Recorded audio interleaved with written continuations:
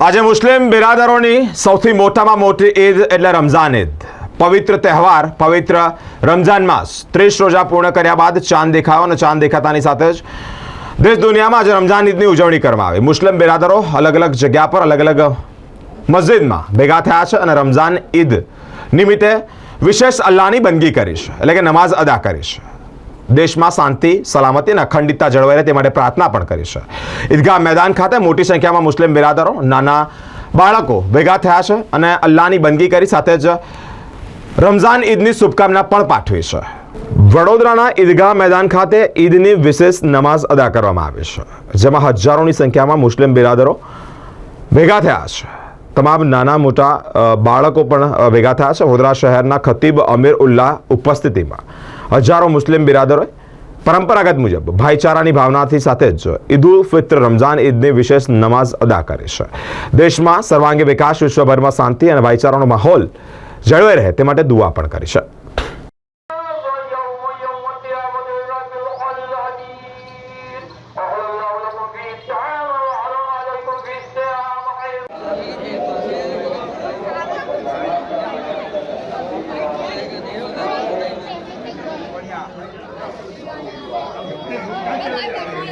આજે વડોદરા શહેર ખાતે સૌથી તો પહેલાં હું સમગ્ર દેશવાસીઓને ઈદની મુબારકબાદ પાઠવું છું।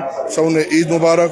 આજે વડોદરા શહેર ખાતે ઈદગાહ મેદાનમાં ઈદની નમાઝ અદા કરવામાં આવી અને ઈદની નમાઝમાં આજે અલ્લાહ પાસે દુઆ કરવામાં આવી કે અમારા ભારત દેશમાં હર હંમેશા અમન, ચેન અને શાંતિ એવી જ રીતે જળવાઈ રહે અને સાથે સાથે આગામી પણ જે તહેવારો આવી રહ્યા છે એ તહેવારો એવા જ સાથે મળીને ઉજવીએ એવી આજે અમે એક દુઆ કરી અને હું ફરીથી સમગ્ર દેશવાસીઓને ઈદ મુબારક પાઠવું છું। ઈદ મુબારક। પવિત્ર રમઝાન તહેવારમાં તમામ મુસ્લિમ ભાઈઓને બહેનોને બધાને આજના પવિત્ર દિવસે ઈદ મુબારક।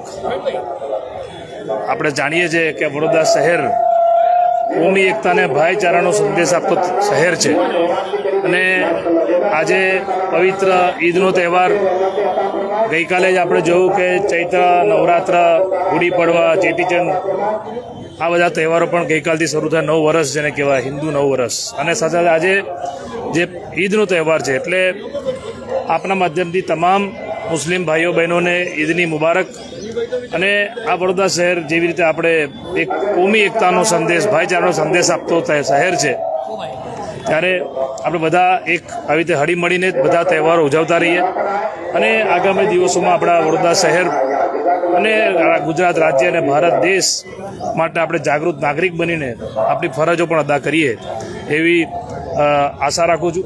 અને આજના પવિત્ર દિવસે અહીંયા ઈદગાહ મેદાન પર આવીને તમામ ભાઈઓને ઈદ મુબારક કહેવામાં આવ્યા છે। અમારી સાથે કોંગ્રેસના અમારા આગેવાનો પણ છે। આપણા માધ્યમથી સૌને ईद मुबारक। आज ईद का त्यौहार है और ईद का त्यौहार यानी मोहब्बत का त्यौहार है।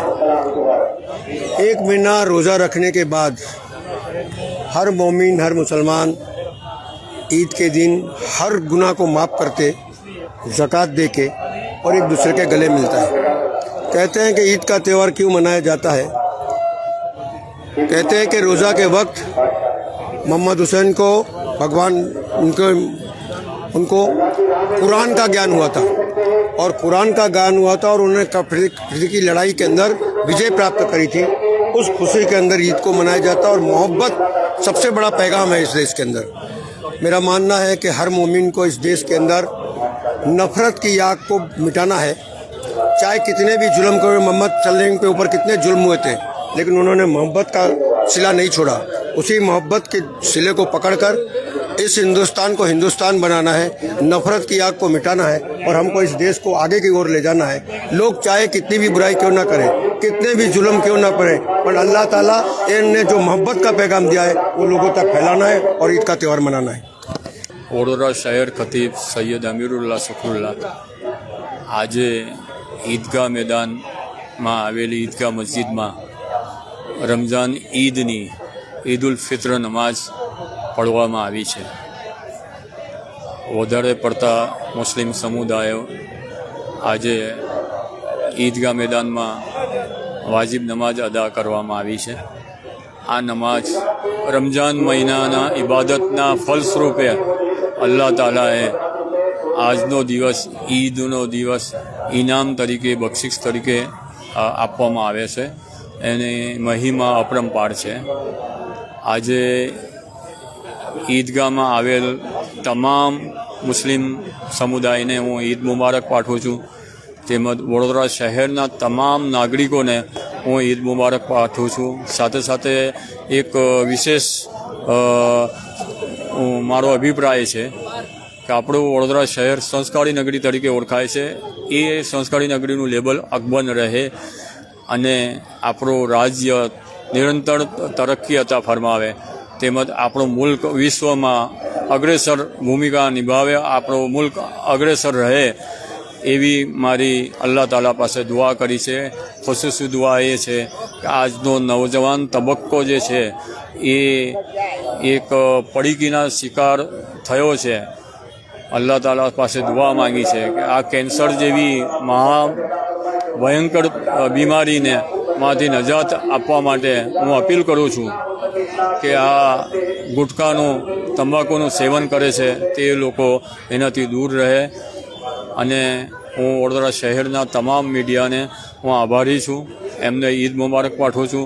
તમામ જે વડોદરા શહેરના મ્યુનિસિપલ કોર્પોરેશન, પોલીસ તંત્ર અને ફાયર બ્રિગેડ તરફથી જે સાથ સહકાર મને મળ્યો છે તે બદલ હું એમનો આભારી છું અને હું એમને અભિનંદન આપું છું કે રસમ પ્રમાણે રિવાજ મુજબ દર વર્ષે એ લોકો નિરંતર રીતે આ સેવા આપતા આવ્યા છે.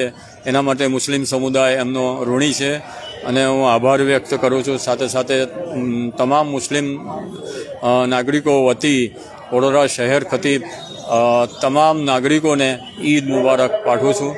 સાથે સાથે આપણો મુલ્ક તરક્કી પર કાયમ રહે એવી ખાસ મારી દુઆ છે. તમામને મારા ઈદ મુબારક.